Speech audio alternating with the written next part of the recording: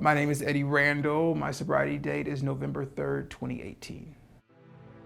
Picture the stadium that the Broncos play in, filled to the brim. And now put 13 more of them side by side. And that's how many people in the United States have a drug or alcohol problem. And all of a sudden it was like, oh, that's a really big problem. And it's like, yeah, it's a really big problem.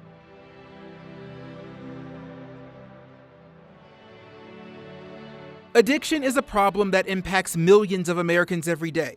According to the National Center for Drug Use Statistics, 165 million Americans 12 years and older currently abuse substances. By currently, we mean within the last 30 days. Substances include everything from alcohol to tobacco to illegal drugs. Welcome to Taking Control, Stories of Recovery. Battling addiction can seem like a lonely process. I know that from my own experience as a recovering alcoholic. But over the next half hour, I want people facing that struggle and those who have someone in their life who is struggling to know they are not alone. I'll introduce you to several Coloradans who've shared their story who now want to help others. And I'll also be sharing my personal experience. Before we begin, at any time during this half hour, you can text the word recovery to 303-871-1491. We'll send you a list of resources for you or anyone you know who's struggling with addiction. When taking the first steps into the recovery process, people need to know they can feel completely comfortable. Many recovery programs suggest that work be gender specific, meaning those who identify as a man work with men, and those who identify as a woman work with women. Denver Women's Recovery takes that approach. The founder, Holly Wilson, has now dedicated her life to helping others. 5 years ago, it was still a dream. When I started to think, okay, when I do my place, I'm going to have it be focusing on the gender for women. A vision that grew in the mind of Holly Wilson, founder and CEO of Denver Women's Recovery. A focus specifically on that period that's really tricky between residential and real life. Holly knows exactly what that transition process is like. She lived it in the early parts of her own recovery journey, one she began about 10 years ago. I noticed I got to a point in my life where I was partying too much and wasn't really achieving the things that I had imagined for myself. Holly asked herself that same question many in recovery ponder. Why can't I stop? Well, I had several points where I was like, okay, I should probably scale this back, or this is becoming a problem. But I would then quickly rationalize and justify why it was okay and that it wasn't time yet. She says she soon realized everything she wasn't achieving in life was tied to alcohol. That day, I said, no more drinking. She checked herself into rehab and started doing the work. What I realized was that by giving myself to recovery, I was able to get so much more than I had expected. I didn't even know how good it could get when I committed to this process. That's when I said, I've got to help other people. Holly began working as a driver at the same recovery center where she got sober.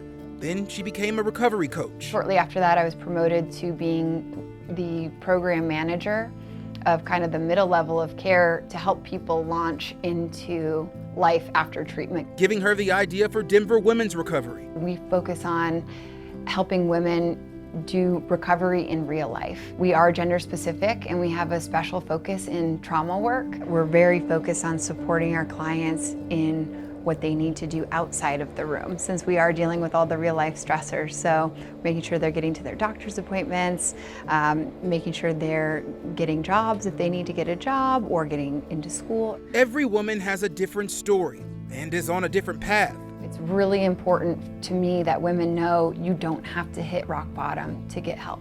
Recovery is about taking away the things that are keeping you from what it is that you really want out of your life.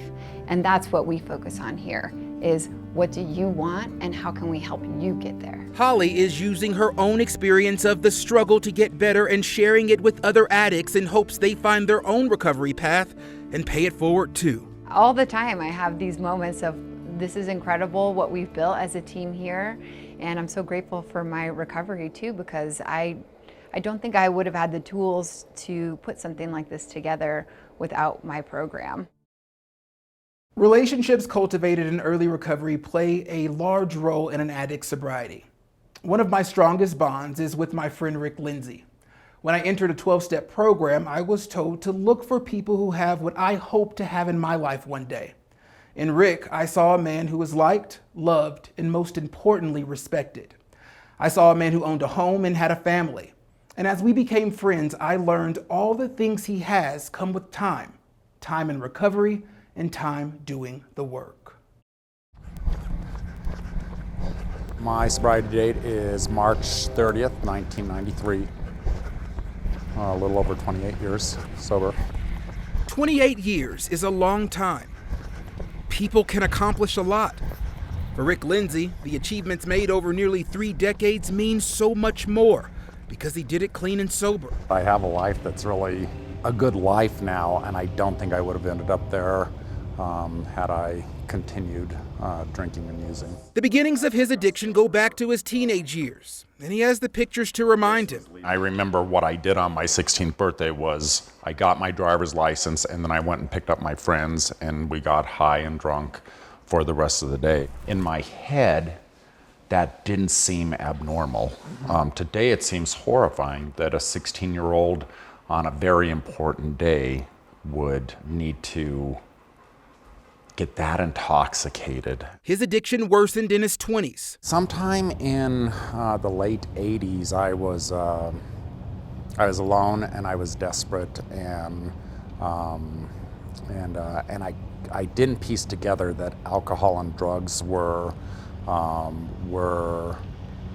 exacerbating that feeling of aloneness. And because of that, I just kept drinking and using. Rick's recovery process came in layers. I finally was able to quit drinking in 1989, but it took me a while, to be honest, that drugs were also part of what was bringing me down. It was people on their own recovery journey who helped Rick embrace his path to sobriety. And they helped me realize that without recovery, the rest of my life is really kind of meaningless. Readjusting his mind to see what was meaningful. I had to learn how to just enjoy a beautiful day. That was kind of a challenge in those early days because my body just was craving that experience, and it didn't matter that my brain was telling me this is making me better, but my brain was also craving to be high and to be drunk. But sobriety doesn't equal perfection. I've wrecked cars in sobriety. I've had to file bankruptcy in sobriety.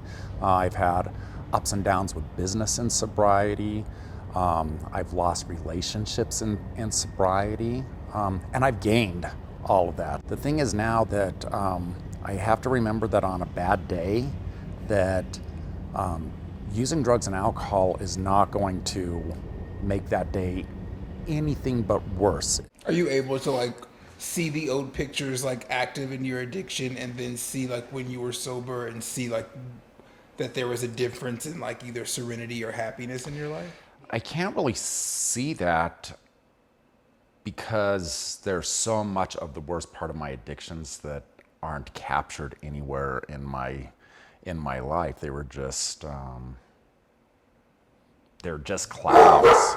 Clouds that have now faded thanks to brighter days, full of activity he didn't have before. I smoked 3 packs of cigarettes a day and a bag of dope every couple days, and it gets hard to have any sort of physical stamina when you're doing that. Now Rick runs marathons and is more active than he says he could have ever imagined. I had never skied before I got sober. I was able to get out and start hiking and skiing and biking, and my friends, my network of friends, have also been those people who like to ski and bike and replace what was that basement me that was just locked in and couldn't help my friends for 30 minutes. Now I have these friends that would travel across the planet to help me out if I was finding myself in a deep need.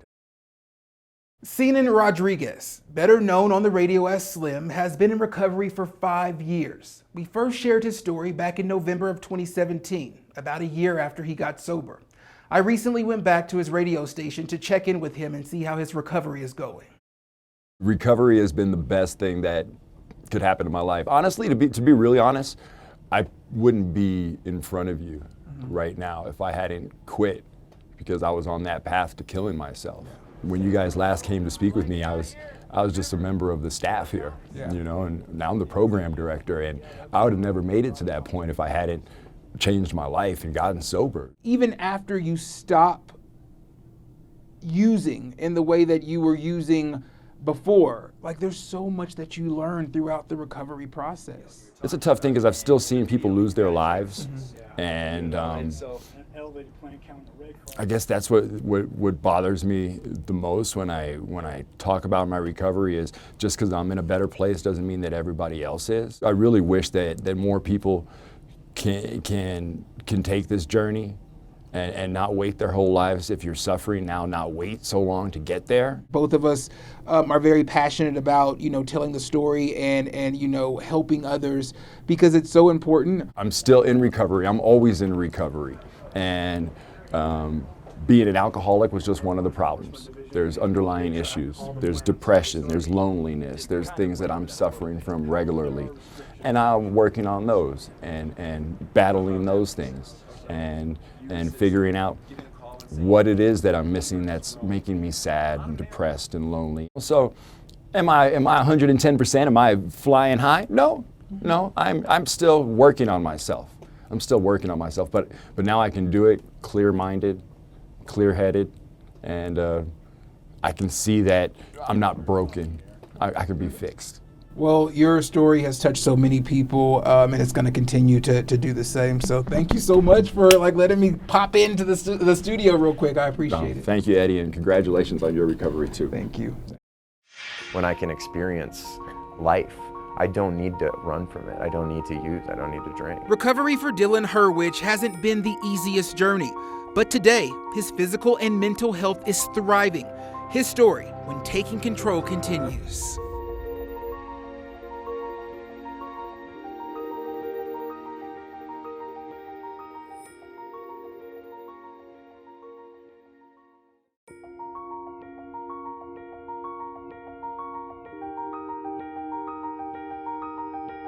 Addiction is not gender specific. It doesn't target a race or an age. In sobriety, I have met people from all walks of life. Among them is Dylan Hurwich. When we met, we connected instantly over the similarities in our own recovery journeys and our love for cycling. I soon found out that Dylan has that connection with just about anyone. He speaks with purpose. That, he says, is what recovery gave him. All we have to do is make the magic. That's what we do. Whether chatting with coworkers, Good morning. Welcome to SoulCycle. or meditating, I have this prayer ritual that I do before classes. Dylan Hurwich does everything with intention, something he picked up in early recovery, and it stuck with him for more than 6 years. Sobriety date is March 20th of 2015. To know Dylan's story is to know his past. He was just a boy when he began experimenting with substances. I was kind of a wild kid. I got in trouble, and around 13, 14, I started drinking and doing other things, using drugs a little bit. Dylan says he committed to his drug use, and the habit got progressively worse over a span of roughly 10 years. But he says there were times he wanted to stop. I found that I really couldn't, and I genuinely would want to. And every single night, I would make a decision to myself that it was over, that tomorrow was day one. And I would wake up every morning and I would renegotiate on that deal. The teeter-totter of user to sobriety became a routine. I insisted that I could do this on my own. So I said, I need 2 weeks to try to stop. And I think I maybe went 2-3 days without using heroin, and then used again. Dylan's relationship with his parents also suffered. His battle with addiction was a struggle for them too. They kicked me out and they held me accountable, and they had learned when I was in treatment that that's the action step to take in the event that I use again, is that they have to cut me off and detach from me. And they did that. And that was the best thing that ever happened to me. Homeless, Dylan lived in his car for weeks. Finally, he called someone who had offered him help before and was willing to help him again. And they checked me back into detox, and that was on March 19th of 2015. First, sobriety. And I woke up, and I don't know, for the grace of God, it was kind of like, it felt like my last chance to really do it. Then, Dylan focused on his physical health. I connected with it, immediately, especially SoulCycle, the aesthetic, just the energy of the space. He's gonna sink down into the music. I have to be inspired by the music being played. Today, he teaches those SoulCycle classes. And right away, that's up and out of your seat. What I was taught was that we don't get sober just to stay in this confine. Like ultimately my sobriety, my spiritual condition, if you will, is defined by how does it manifest in the world, right? How do I communicate with humanity? How do I serve others? And has accomplished something many in recovery strive for, mending the relationships once thought ruined. I knew like up here that I loved my family, and I felt it in here, but I didn't act like it. And you know, I have one older sibling, his name's Jordan, and my mother, Candace, and my father, Morris Hurwich, are still together. They've been together for longer than I can count.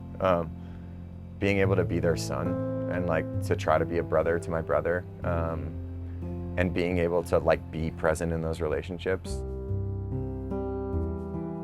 It's really the beginning of planting those seeds that say, maybe this is possible. Maybe I can do this, and I can have a life. Dr. Michael Barnes dedicates every day to helping men find purpose on their recovery journey, but the surroundings in Steamboat Springs helps in that too.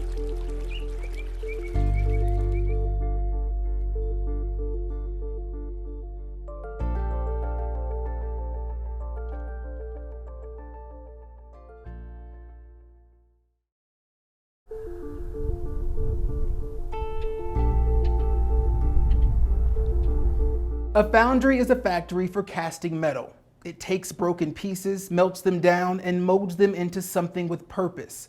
A center in Steamboat Springs does the same, not with metal, but with men. Foundry Recovery Center is focused on helping men work through addiction and trauma, molding their broken pieces into renewed purpose.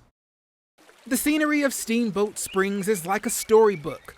Amidst the green fields and in full view of Mountain Peak sits the Foundry Recovery and Treatment Center. We're primarily a substance use disorder treatment center that is trauma integrated. Where the men seeking help have far from fairy tale lives. Most of our clients come with addicted to multiple drugs. Dr. Michael Barnes is the Foundry's chief clinical officer. Our goal is sobriety first, recovery first, and we really see that such a high percentage of our clients come with co-occurring disorders, depression, trauma, and that those issues are, if you don't address those, recovery becomes increasingly harder to achieve. This is not your everyday treatment center. Here, residents meditate and receive counseling in yurts. They heal through connecting with nature. Positives, Dr. Barnes says, that come from the location alone. The environment plays a huge role. It's not just the garden. I mean, everything works together to create this, this different kind of recovery process, I would say. We have, the evidence-based practices that you'll see that are more medical, heavily researched, that are, components of any good treatment. And we, of course, have that as a core of our programming. And then adding in the garden and the equine, all those different, the ability to go hiking or to, learn how to fish on, some free time and so forth. It creates an opportunity to experience happiness and joy and learning new things in recovery and provide context for what it might actually be like to stay clean and continue this path once you leave here. Tom Walker is the Foundry's chief operating officer. He has his own story of recovery. When I was first introduced to substances, alcohol at a very young age, I fell in love with it. I compulsively started using more and more substances of different types and found myself in a place that no matter how badly I wanted to stop, I couldn't. The idea of living under those conditions any longer seemed impossible, and I was at that breaking point where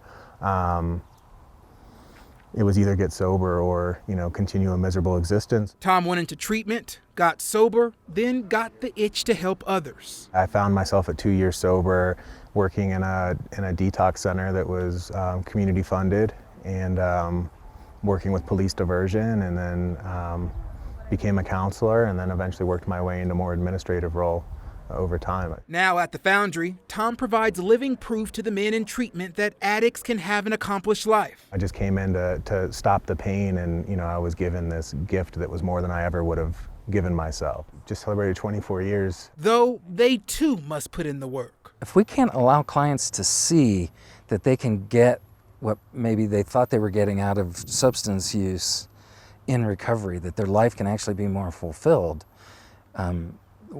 why would they why would they do this? And so that's a big part of our job, not just acceptance of a chronic, potentially fatal disease, but people with chronic diseases live beautiful lives, and they can too. Lives that may not be fairy tales, but lives they can be proud of.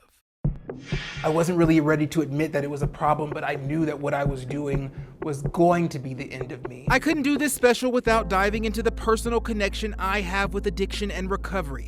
I'll share my story when Taking Control continues.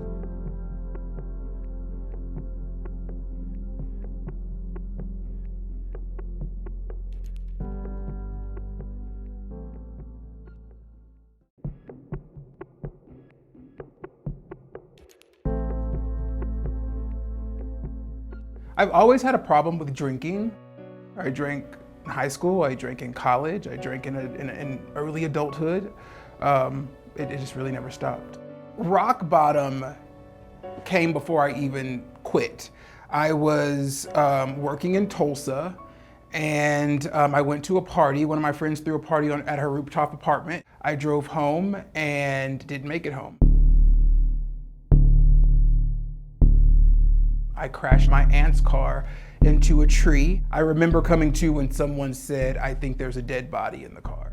I stopped drinking and driving in any possible way. I still went out and drank a lot, and I thought that that was enough. And then one day, one of my friends at the station was leaving the station, and I went to her going away party. I was drunk by the time the party started, and I ended up getting kicked out of that bar. So the next day, two of my friends took me out to what I thought was gonna be drinks, because that was my life, and they had a bit of an intervention. They sat me down and basically told me that the Eddie that they knew was no longer here, that either I was late to events or I didn't show up at all, and if I did show up, I was always drunk.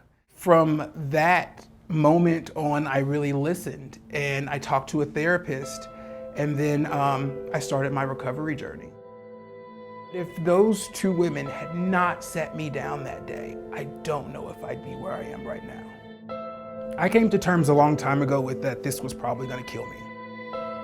Like saying the words out, it's hard because it's basically saying I no longer cared about myself, but I didn't. I cared about the other people who cared about me, and I knew that I was hurting them, and I didn't want to do that anymore.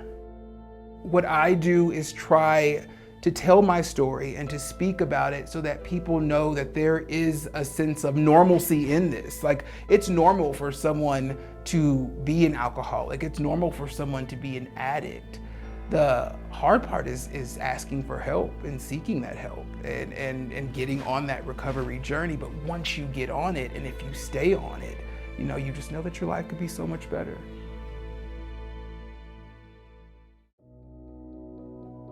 We hope that any one of the stories of recovery that you've seen tonight will give you hope that you can get through your addiction, and most importantly, that you are not alone. Text the word recovery to 303-871-1491 to watch any of these stories again, and for a list of resources for you or a loved one who is struggling with addiction.